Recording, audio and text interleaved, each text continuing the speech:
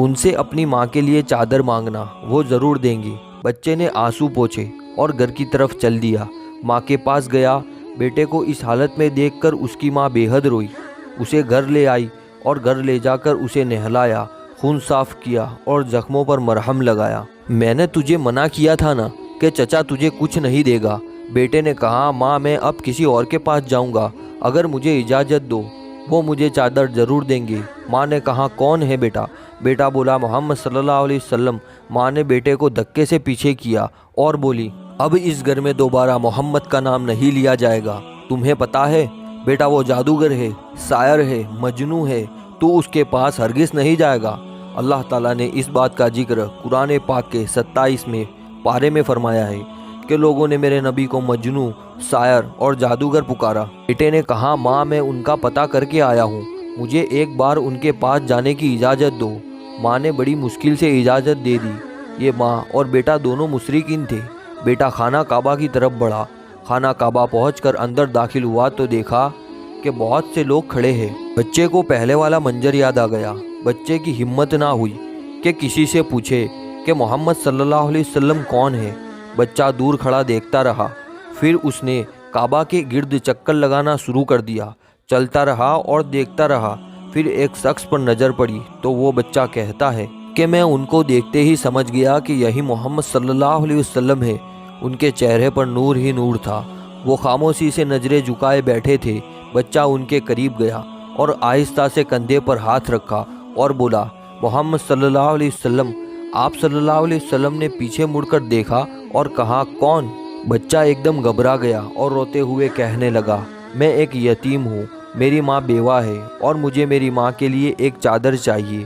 میں اپنے چچا کے پاس گیا تھا لیکن انہوں نے مجھے مارا اور وہاں سے دھکے دے کر نکال دیا۔ پھر کسی نے مجھے کہا، محمد صلی اللہ علیہ وسلم کے پاس جاؤ، وہ تمہیں چادر ضرور دیں گے۔ نبی کریم صلی اللہ علیہ وسلم 8 سال کے بچے کے منہ سے یہ الفاظ سن کر کھڑے ہو گئے، اسے سینے سے لگایا اور روتے ہوئے فرمانے لگے، میں بھی یتیم ہوں، میری ماں بھی بیوہ تھی، میں سمجھ سکتا ہوں کہ یتیم کی زندگی گزارنا کیسا ہے۔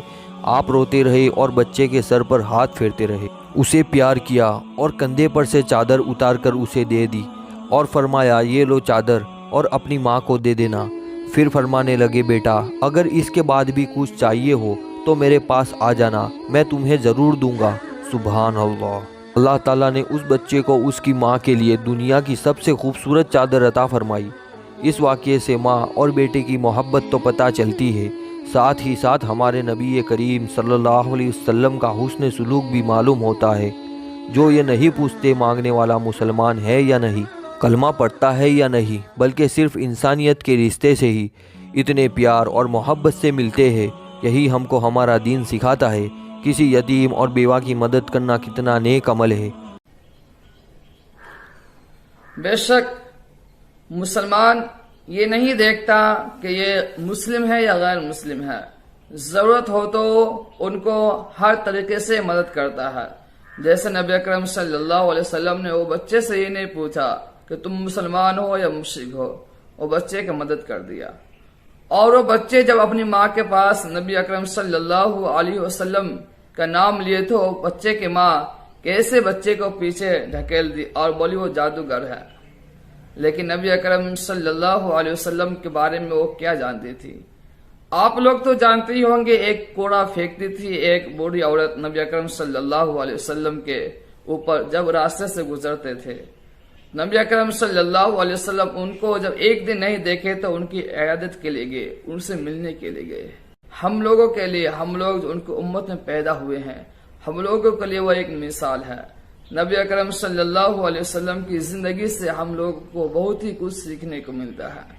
نبی اکرم صلی اللہ علیہ وسلم کی زندگی سیرت کو پڑھ کر ہی آج کے ٹائم میں غیر مسلم مسلمان بنتے ہیں۔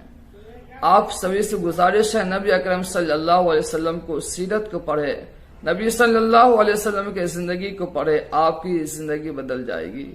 نبی اکرم صلی اللہ علیہ وسلم ہر طریقے کی بات سمجھائے ہیں، ہر طریقے کی بات سمجھائے ہیں، چلنے سے لے کے اٹھنے سے لے کے بیٹھنے تک، سونے سے لے کے کھانے تک، کیسے کھانا ہے، کیسے اٹھنا ہے، کیسے دوسروں کے ساتھ برتاؤ کرنا ہے، کیسے اپنے دشمنوں کے ساتھ اچھی طریقے سے پیش آنا ہے۔ ایسے ہی نہیں دین اسلام پھیل گیا، پیار محبت سے دین اسلام پھیلا ہے۔ نبی اکرم صلی اللہ علیہ وسلم کے اوپر بہت ساری مشقتیں تکلیفیں آئی ہے۔ نبی اکرم صلی اللہ علیہ وسلم یہ کہتے تھے آج یہ ہم کو یہ نہیں جانتے ہیں تو کل ان کی آنے والی نسل ہم کو جانیں گے، اور آج دیکھیے یہی شفقت اور محبت ہے کہ آج 1400 سال ہو گئے ہیں نبی اکرم صلی اللہ علیہ وسلم کو اس دنیا میں آئے ہوئے، اور آج تک غیر مسلم مسلمان بن رہے ہیں۔ دعا کرے اللہ پاک سے اللہ پاک ہم سبھی کو نیک راہ پر چلائے، اور نبی اکرم صلی اللہ علیہ وسلم کے زندگی کے مطابق جیسے زندگی گزارے ہیں ان کی زندگی کے مطابق زندگی گزارنے والا بنائے، آمین۔ اس ویڈیو کو ضرور دوستوں تک شیئر کر دے۔ آپ کو یہ ویڈیو اچھی لگی تو اس ویڈیو کو لائک کرے، کمنٹ ضرور کر دے۔ ملتے ہیں پھر دوسری ویڈیو میں ایسے ہی ویڈیو کے ساتھ آپ لوگوں کے سامنے، جب تک کے لیے آپ ایسے ہی میرے ساتھ بنے رہیں۔ پھر ملتے ہیں دوسری ویڈیو میں، شکریہ۔